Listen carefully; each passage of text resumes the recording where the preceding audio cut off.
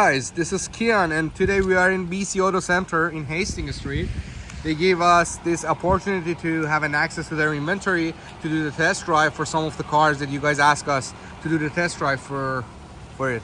And hey guys, this is Amir with another review. Mr. Amir. And today I have a pretty popular car which has quite the sales volume for this car is quite high.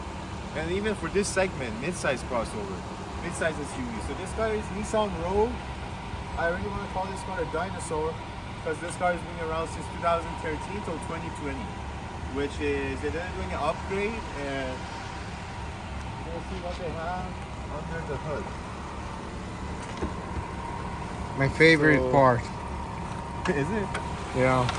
Alright. So you guys see this engine, pretty old engine. And this engine is 2.5 liter and it has 170 horsepower, 166 pound-feet of torque. And this car has continuously variable transmission, which is CVT, and doesn't sound exciting to me. Unfortunately, and I feel like this car is quite underpowered, but we're gonna look more. Tell us about the reliability. Is it reliable or no? Well, no, CVT transmissions usually you have problem maintaining them, especially Nissan, which has Jatco transmission. Okay. And we're gonna take a look inside.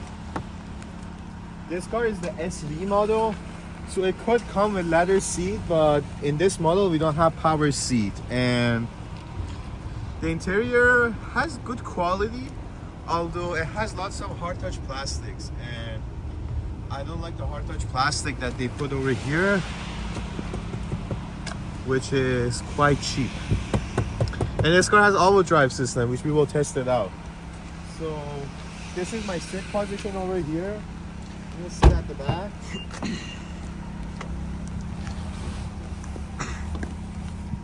This car is pretty roomy and I have good amount of headroom and leg room. And this is one of the roomiest SUVs in this segment before 2019, which the new CR-V and new RAV4 came in. And for the quality of the material that they use, if you compare it to Honda and Toyota, which one do you think is better? Obviously, Nissan Rogue has a cheaper material, although in my opinion, I like the looks of the material, but the material Seriously, is pretty cheap. they're cheaper?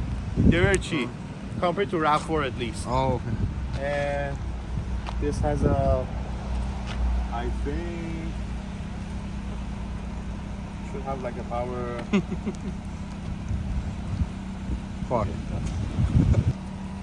So this car, you see the back of the trunk, which is pretty roomy. And before the RAV4 2019 and Honda CR-V 2019, Honda CR-V 2017, this was one of the hugest. It had like one of the hugest trunk in this segment. It has 74.1 cubic feet of space, and it also has this little thing over here, which is also removable. It's too much of a hassle to remove it. I'm not gonna remove it, but like you can remove it by one side, and you can just simply do this, and just don't do it. It will come. And you can also fit it down here, and it also has a spare tire, temporary spare tire, and it doesn't have power lift gate, although in some models it has. Let's go for the driving dynamic. All right, so as a normal test, we're gonna set up with ride quality, and we're gonna see how smooth this vehicle is. And fuel economy, I've been averaging 9.2 liters per 100 kilometers, which is not bad, but it's not great. Like RAV4 hybrid, Honda CR-V hybrid, they kind of up game their level and they have better fuel economy. So in terms of ride quality,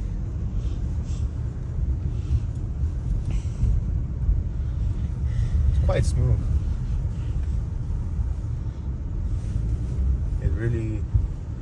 It is smooth. And turning radius. Although one thing I don't like in this car is the brakes. The brakes is too touchy, and I don't like that. It doesn't give you the natural feeling. I don't know why. I see in some Kia Rio the same problem too. Yeah, and also this car, this generation also has a hybrid version, which that will be in a different review. But in my opinion, if you want to buy Nissan Rogue hybrid, just buy RAV4 hybrid because they're simply better. So I told this car is basically a dinosaur, and it is, because the engine is quite old and the engine is not direct port injection, so it's quite a bit old. It's dual head cam, so you're not expecting too much power, or you're not gonna expect good fuel economy. And as I talked about the CVT is the killer in this car. Like, the engine doesn't have that much power, but the CVT just kills it. And this is kind of uphill. You guys gonna hear the engine? Wow. It's holding the gears, mimicking the gears, and that's what I don't like in this car. Basically, and I think they have better. If I want to have CVT, then I will like to have something reliable. So this is the uphill, as you guys, if you show them, and you can show the RPM. Like, it's pretty smooth also.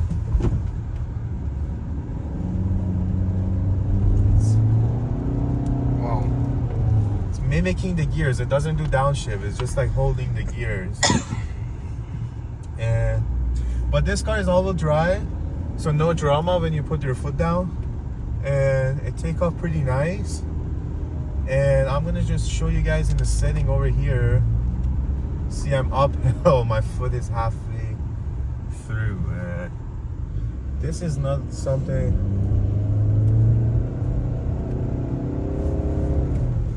It's mimicking the gears. It's really like super annoying.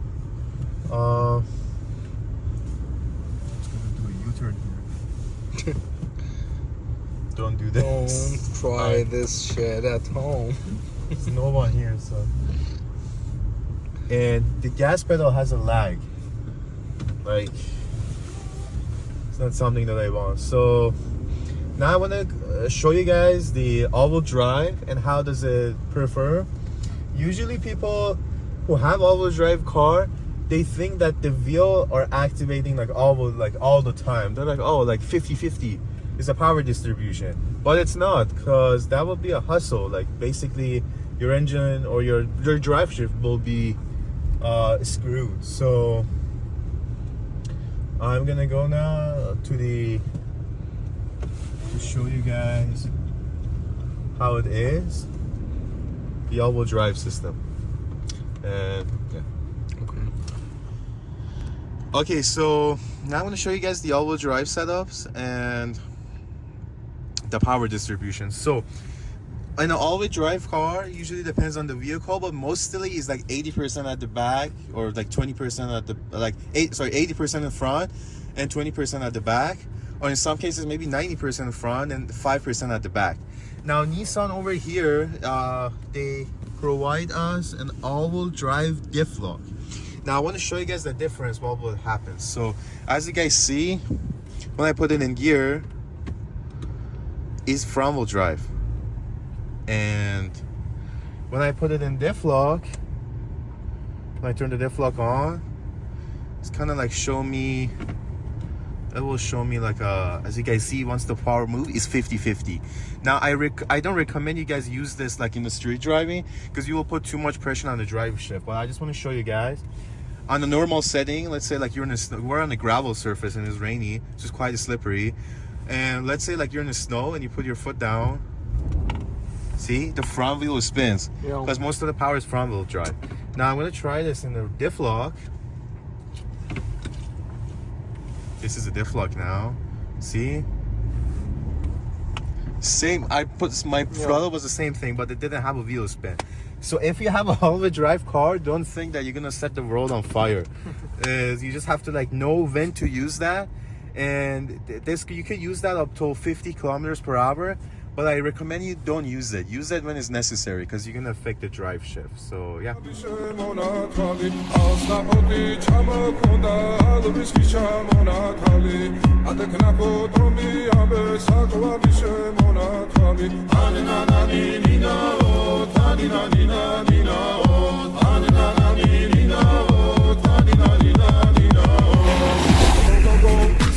Hey guys, today we reviewed the 2019 Nissan Rogue with 86, I think, yes, I'm right? Yes, 86,000. 86,000 kilometers and $29,995.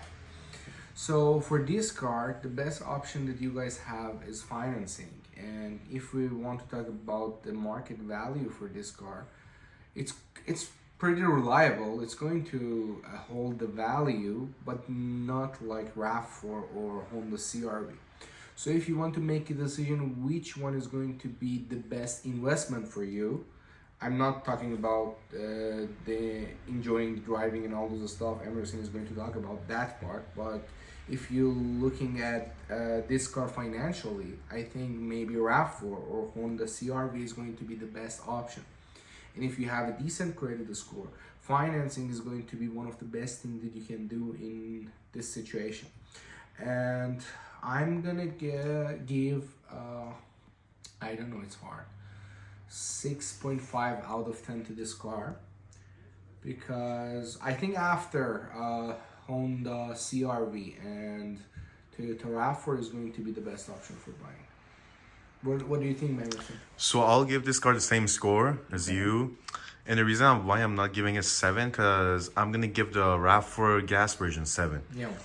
Because the RAV4 gas version, like in both years, like even in 5th generation, the current generation, the last generation, it had much more power than this Nissan Rogue. And one of the things I hate about Nissan was the steering wheel. It was really light. And I guess like it's really behind, like it's really, I know this segment is not about the power and lots of people who buy this car are not going to drag race it, but it was really lackey. Passing people on the highway, and it has like, the noise is a bit higher in this cabin compared to RAV4 and CR-V. Basically in this segment, my first choice will be CX-5 and then RAV4. And overall it was a good car, but it's not, the brake was hard, steering wheel was kind of like numb and light. And also the power was lacking, so I think 6.5. I'll give it to this car. Okay, yeah, it's fair enough. And on top of everything, I think Jatco transmission. Yeah. I think you have to create one video about Jatco. So We do actually, yeah, we can create a video difference between CVT and automatic transmission, because probably most people have like no clue what we're talking about. Yeah. And a weird fact, one of the big shareholder of Jatco is Nissan. That's why they use those garbage transmission under their cars. Yeah, they never improve. At least like they should improve it, the quality. I don't know, because they own the company. That's why they don't do anything for it. They had 1.3 million recalls, I think, in 2018. Yeah, that's huge. 16 or 18. And also, now I want to like leave this for the next video, but again, as you guys saw like in the video, the CVT was like mimicking the shit, was like putting it at the higher gears. It didn't allow me to downshift, which is one of the reasons that why this car is slow. Yeah. So I think that's it from my conclusion. Thank you for watching our reviews and supporting us. See you guys. Bye bye.